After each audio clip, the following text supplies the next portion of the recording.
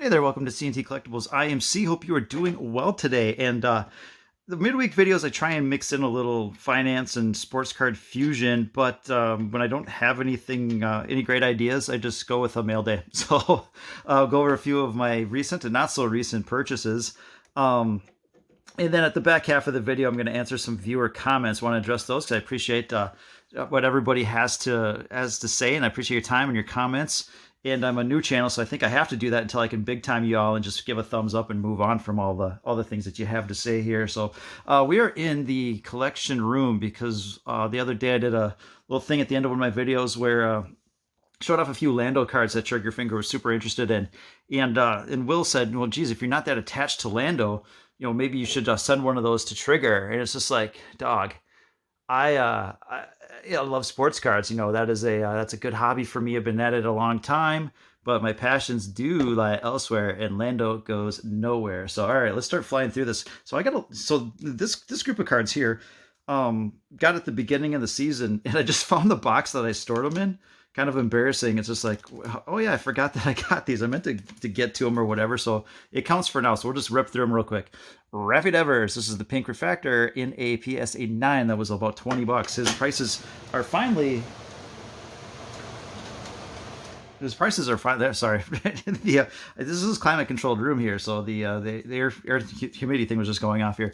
So his prices have actually started to creep up quite nicely here. This is the Devers, the batting in a Gem Mint 10. So this is the one I meant to buy first. I'm like, oh, I like Devers. I want to get it was like $40. It's like, all right, I just want to get a 10 on that one, and ended up buying the chrome, and it didn't say it in the description, but it did show it in the picture, and the seller had a really super nice packaging on it. I'm like, oh sweet, but oh gosh, I really want the regular one. And so the base card, so I got those each for $40, and the base card is now like $55, and the chrome's like 110, just put in a new high. So it's like, well, that worked out, my dumb luck. Buster Posey having a really great year. This was like $20, and I'm like, what the heck? He doesn't have a lot of hits, doesn't have a lot of counting stats, but he's got batting titles, MVP, and could he be in that Mauer range here? So I'm like, for $20, I'll take a shot on it. So I don't even know what that's at now, but it's like, all right, if he's still cheap, it's probably worth it. And it's probably up from there because he's having from $20 because he is having a nice season. So crap ton of Ozzie Albies is one of my favorite young players on an excellent track here. I thought this was pretty sweet. The Albies and Acuna, the Sapphire. Strike a pose that are 2019 together here. Bowman's Best. This is the Atomic Refractor. All these were 10-15 bucks. They weren't much, and so I think his stuff is still probably pretty reasonable in his long-term track. I mean, he's an all-star this year, so maybe people are catching on a bit here. That's a negative refractor. Here is a pink. And this is what is this? A chrome refractor. I got a bunch of this in a lot. Chrome refractor. And let's see, I think that's another Atomic. I don't know why I have two of those. Hey, maybe you guys get me to 500 and we'll give some of this crap away. We'll see what happens. Rafi Devers, there's the gold. Again, that was once in a while I make a decent call here. And Paul Goldschmidt, who again, he needs to put in a few more years of being Paul Goldschmidt. We'll see what happens, but his path is it's interesting. It's interesting. So if it works out, it works out. If it doesn't, not the end of the world here. I don't know if anybody does Topps Project 70. I thought these are pretty sweet cards. I really like this one. If anybody's seen the Warriors and there's a gang that has to get back to their home turf, and they have to fight a bunch of other gangs to get through that. And one of the gangs was the Baseball Furies. I thought that was just a brilliant card. I love that one a lot. I like a lot of the Project 70. I think those artists are doing a really, really great job. So, all right. So those are all not too recent. More recently, within the last couple of weeks, finally got my Corey Seager. Here's the Prism Refractor. There's a couple more I think I want to get, but I think he's on a pretty interesting path. And if he can stay healthy, it's going to get even more interesting. And a Sepia Refractor. So I'll probably pick up a couple of refractors. Not going to go too nuts. Sports Card Anonymous. I'll show you. Hey, you show me yours, I'll show you mine. So great minds think alike, brother. There it is. Carlos Correa. That is a refractor, and that is number 499. Yeah, and so it's like I just beginning of season broke down position by position, who's undervalued, overvalued, whatever, and relative to his peers in the path he's on, I think Correa is completely undervalued, kind of like this guy was as well. This is Jose Ramirez. This is a Topps Chrome autograph. I'm sorry if I'm not getting these things very clearly, but I think you get the point here. And this is out of 100. So Hadn't had a Jose Ramirez autograph. It's like, all right, maybe we should do that before things get a little bit carried away. One of my favorite players. I don't know why I didn't have a sapphire version of him. It doesn't come up very often. There's only 250 of these. And every time I looked, in the past, I've been collecting them for a while, and every time I saw him in the past, it was like, these things are, a couple $100. I didn't want to do it. Now I'm seeing he's having like his best season since his rookie year, and all these cards are now under $100 for sapphires. I'm like, you gotta be kidding me here. So this one kind of right around that price. But that is that Juan Moncada, who he's having a pretty good season. The home runs aren't there, so he's not going to get a lot of hobby love, I don't think. But he's having a terrific season at the plate, and again, he's been around for a few years, 25 years old or whatever it is. It's like, that could work out, and it doesn't. So for me, like, $100 or less is like whatever speculation, and that's different for everybody. So don't follow along here, because a lot of these I don't expect to work out. I thought this was another brilliant Project 70 card. So Mike Trout with the Atom Bomb Garbage Pail Kid mashup. I'm not a huge fan. I think, is that Ermsey on that one? Who was that? Yeah, that's an Ermsey card. So his first Trout did really, really well. I'm not looking for the second one, but I like Garbage Pail Kids, and Mike Trout I also like. And so put those two together, why the heck not? And the most recent purchase is finally got the rookie. So I made a mistake when I centering's a little bit off, but I don't really care about that. I'm just happy to have the card, and it was a good price. So one of my mistakes when I first got into the hobbies, I didn't want to pay a couple $100 for a Trout. I'm like, I'm not going to spend that on a card. And I learned my lesson, and now I'm paying for it. So, all right, thanks for that part, and we'll move into the viewer mail. Okay, we'll move into our commenters portion of things here. So I appreciate everybody who watches, and I really like the comments and the interaction as well. It sure means a lot. It's interesting to hear everybody's thoughts, and so I thought this would be kind of fun. I mean, one, I'm humbled that you would even consider my opinion on these things to be somewhat reasonably valid. So.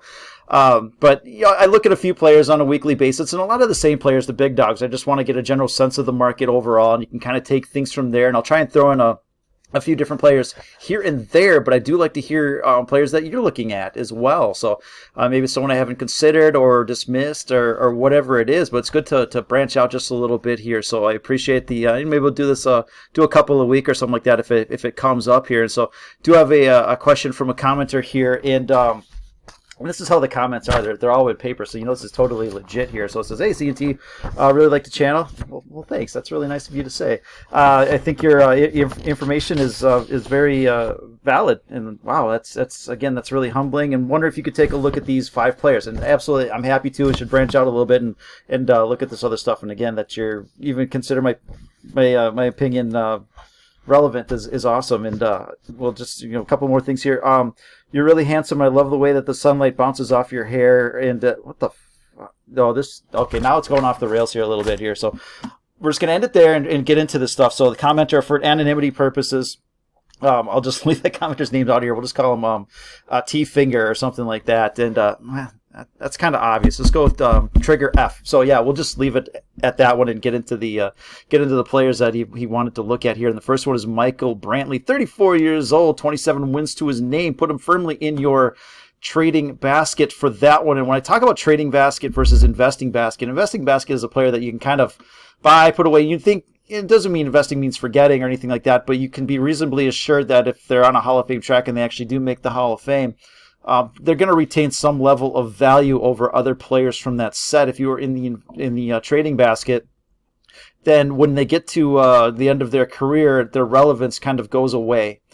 There's just not going to be enough demand to support those prices. And again, look at the Hall of Famer from any set, and then look at players that, no matter how their career went, and look at their values. They're not there, and so whatever value they are now is probably just not going to hold itself in the future. So he needs another 30 WAR to even a minimum to even get consideration, and at his age, it is unlikely for that to happen. But I agree, underrated. He's had some pretty terrific seasons, but robbed of a lot of playing time with injuries. So unfortunately, Michael Brantley, I would say manage your risk on that one. So his 2010 Topps Series 1 card. It's spiking a bit because he's having a terrific season. I would be inclined to let that go. Again, if you're patient and you wait for either a slump or, again, at the end of his career, you'll get it at a much better price probably. If you're looking to trade it right now, it's very thin, and yeah, the trend is up. It could continue to go up to $3 or $4, but I'm not sure how many people are clamoring for for Michael Brantley at this point. So I would say at that price, personally, I would leave it alone. Next player, Trey Turner, 28 years old, just turned 28, 21 wins to his name. And so this is a name I like. Had him pretty high up in my shortstop rankings this year. He's had some pretty nice seasons, especially the last couple here. This was a 5-win season. That was his pace, or 5 or 6-win season. He's doing it again. And so is he really coming in his own at age 27, his physical prime here? Again, elite strikeout rate, walk rate, 320 average, high BABIP. He's a high BABIP player. He can absolutely handle that. So put all that aside and just say, he's an awesome player. This is a player that over the next, again, so he's 28 years old, 20 wins. Can he put up 40 win over the next 7 years? Can he be a 5-6 win player for the most part? And that's really what needs to happen. He needs to be healthy. He needs to be a 5 or 6 win player, which he can do and is doing. But can he continue that pace for the next 7 years? So he's on the fence. So I think you can lean a little more towards investing on him, and especially over the next few years, if he's able to be a 5 or 6 win player, then absolutely. So if you look at his A's and B's on StarStock, the PSA 10s are ripping because he's been so good. So should we chase it? I don't think so. You've got an upside to $22, sitting at about 19 right now, 18.50. Downside kind of into this cluster here where there's been some buying here, so the risk reward is not terribly favorable. It's right in the middle of the range. It could go higher. It doesn't need to without you, or need to go with you.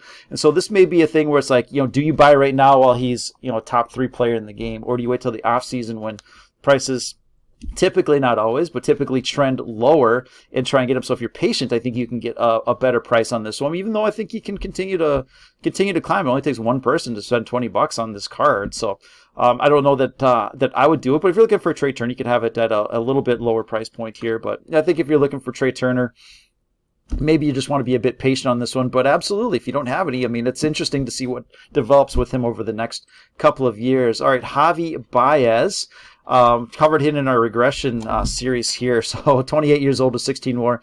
As far as long-term Hall of Fame track, that's probably not happening. He doesn't really have that. He's had a couple of good years, but he needs to have like a monster. What they look for is like a 7-year peak where you're like this 5, 6, 7 win player consistently, and it doesn't look like he's able to accomplish that at this time. So for this year, he's really changed his style here. He's selling out for power and strictly power. So 22 home runs, sure, that looks great, but striking out 36% of the time, which is insane. And when you look at his plate discipline here, you can see that he's swinging at everything. As he's swinging at half the pitches outside, he's just swinging at them. Putting both cheeks into it right here, and he's making contact with them at a pretty decent clip, which leads to really not great contact overall. So you can see that when he, where'd you go here? Come on now. Man, Baseball Savant's not cooperating at this moment. There it is. All right, Javi Baez. So. All right, Savant. Maybe I have to blame my internet on this one, but it is what it is. So max exit velocity is right up there with anybody in the league. So again, when he puts both cheeks into it, he puts the ball out of the park, but he just swings at too much crap. Again, he strikes out more than anybody. He walks less than anybody. Creates way more outs above average. So, again, he's going for homers and nothing else on that one. And so that's not a great mixture here. So, over at StarStock, I promise I had these loaded up and they look great. So, we'll just reload here and see what can happen. And maybe we just pause and let it do its thing. All right, we're good. PSA 9, let's take that out of the equation here. And you can see that people kind of see through what he's doing here. It's like, all right, you're just going for power and you're giving up everything else at that expense. And so this thing continues to trend lower. And it could be a lottery ticket, and that StarStock be at 15 cents. It's like, all right, if he starts doing something, maybe you see upside to buck and a half. It could be a decent move, So maybe that's worth it. I don't know if I do anything with this one, yeah. They're just his profile. He's hitting some home runs, but everything else is broken. All right, Kyle Tucker. This is a C&T favorite, 24 years old with 4 wins to his name. We're not worried about that too much. What we are looking at is can he maintain a good plate presence, and he's absolutely doing that, striking out 15% of the time. 20 home runs is a pretty nice number. Can he have 30 home run power? Absolutely. BABIP's not out of control, so what he's doing is absolutely sustainable. Elite level weighted runs created. And so, yeah, he hits the ball plenty hard. He can steal some bases. This is a guy that's a star right now, will probably continue to improve. And I would say absolutely, the plate discipline doesn't swing at a ton of crap outside the zone. And he makes some contact there, and he'll continue to refine that as you see that strikeout rate is coming down. So, Kyle Tucker, I'm a big fan of. This is a player that one of my first players that I targeted when I got back into this hobby in late 2018, 2019. For fantasy baseball, I followed him, plenty, and so he's a terrific player overall. Will continue to get better. I would assume. We've talked about him in the past here. He had a monster run, like 3 home runs in a week or something like that, and got a nice pop. Did say leave it alone. Look for something closer to $4, $3 if you're really lucky. If you're really astute. Then you can pick up something for in that dollar area. So it's always helpful to $3 seems kind of obvious. Set something lower and see what happens here. So I'm a fan. There it is. So hey, it's 2019 bucks 75.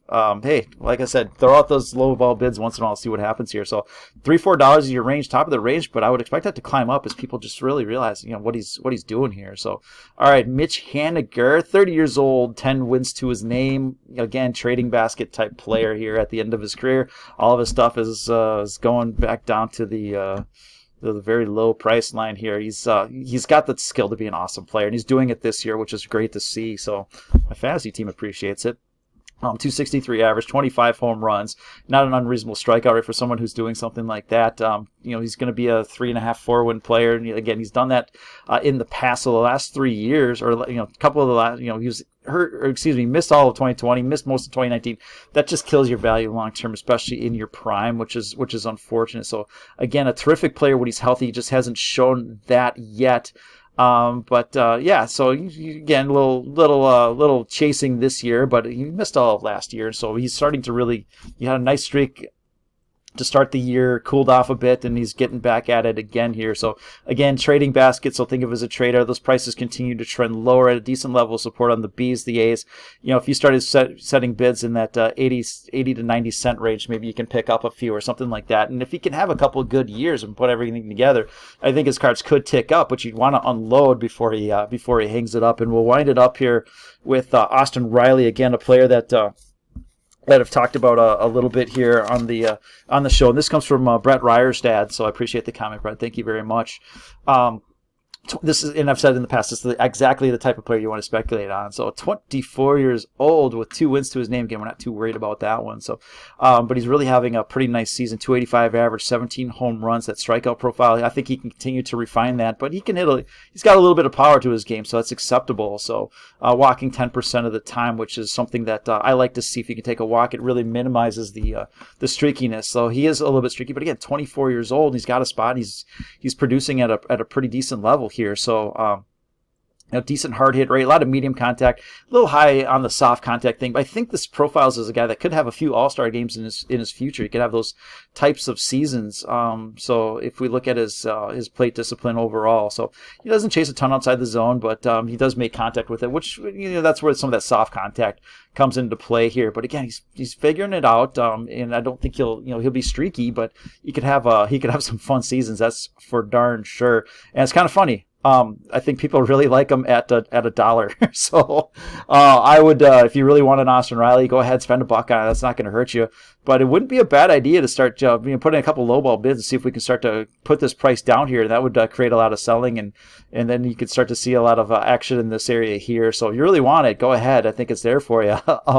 But feel free to put some of those low ball bids in and see if they hit. But this is a guy that, people that are making all-star games or whatever, they should be up around $2, and so that could happen over the next couple of years. It's a player that I like as well. So all right, that's what I got for you. Thank you for watching, and we'll be back at it in a few days. Appreciate you.